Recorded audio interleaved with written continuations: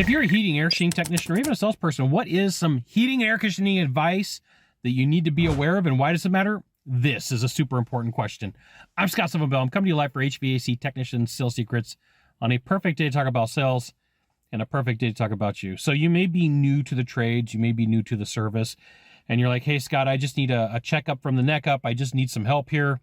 What's some really good advice? And I'm going to start with this one solid piece of advice for you. Do what you were sent to do, okay? So there's a lot of times where I'll work with a technician, and the technician is so caught up in setting a lead and getting a turnover, a tech set lead, whatever you want to call it, that they don't do what they were sent to do. If they were sent to do a tune-up, then, you know, the first thing they're doing is looking, hey, is there a cracked heat exchanger? Hey, is there a leak in the refrigerant? Hey, is there a problem with the compressor? And here is the issue that creates, is it clouds your judgment. It stops you from thinking of, like, what's the right thing for me to do here? What is the reason that I was sent? And inevitably, here's what's going to happen. As you're working on a furnace, a boiler, a water heater, an air conditioner on the outside, a heat pump, whatever it is, that homeowner, that business owner is going to come up to you and go, how's everything going? And in the breath of desperation, if you're just there to try to set a lead, then what's going to happen is that the feeling's going to be off. The conversation's going to be weird. It's going to feel like a gotcha moment to the person who came out to come talk to you. So a lot of computer programs these days will spit out information about the product that you're working on, and, you know, capacitance and contactors and fan motors, FLA and RLA and all the things that go along with it. But what you need to know is, if you're just there to try to set a lead, there's going to be a weird feeling to the person that you're meeting with, and you really don't want that. And this is why you should join HVACTechSecrets.com. I'll give you the goods, not in the Facebook group, not in the YouTube channel. So, you know, at the end of the day, you need to get going with the reason why you got sent out to the call. You need to have the conversations that are important and run a service call in a manner that's going to make sense. So let's just say that you're on a diagnostic. You need to do the same thing on a diagnostic. Look for the reason why, you know, the system failed. Okay, age, airflow, maintenance. What was the issue? What caused it? What led up to it? Now, it's really easy to get excited about damage and say, hey, look, here's all these things that are going on.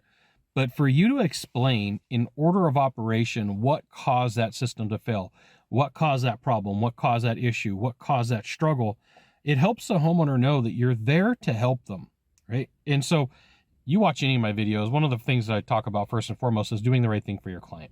That's super importante, right? You got to do the right thing for the people that you serve.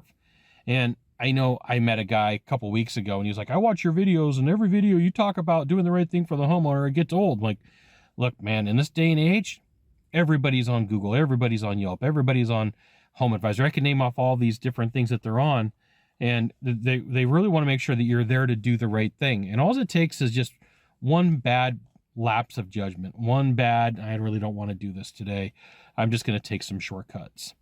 So if you want some service advice, do what you were sent to the call for and make notation. You know, I found that the difference between somebody setting a lead and not setting a lead is adding about 5 minutes to the call.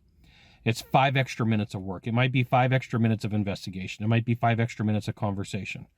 It might be 5 extra minutes talking to a warranty department to find out that you can't get a part, right? So I don't know how many times I ride with technicians and they would find damage in an equipment, fan motor, heat exchanger, and then they would guess. And they'd go to the homeowner and go, hey, you know what? Here's all the things going on with the system. And the homeowner's like, well, okay, well, how long is it going to take for me to get the parts? And they go, well, I think, 3 to 6 weeks. Well, here's the problem. You get a technician that goes behind that actually calls the manufacturer and finds out that they have one, one state or one town over.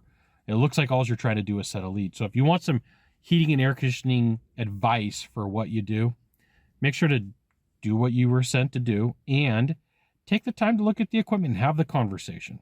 And not everything leads to a new system. Sometimes there's a repair, and I promise you this. If you're working for a company that's at least 5 years old, the company's making money on the repairs, and they're probably okay with it. There's probably a focus for you to set leads. Okay, I get that, right? That's how the industry works. That's how it is. But they're probably doing okay if you make some repairs. But if you don't have the conversation, you don't take the time to say, hey, look, there might be other opportunities, you could be shooting yourself in the foot where and when appropriate. You got one of three things to do from here, just one of three or all three. Find the subscribe button, click on it, and every time I send out a video, you'll get an update. You can hit follow if this is social media, or 3, share this video with a friend. They'll love you for it. We'll see you soon. Thanks for watching.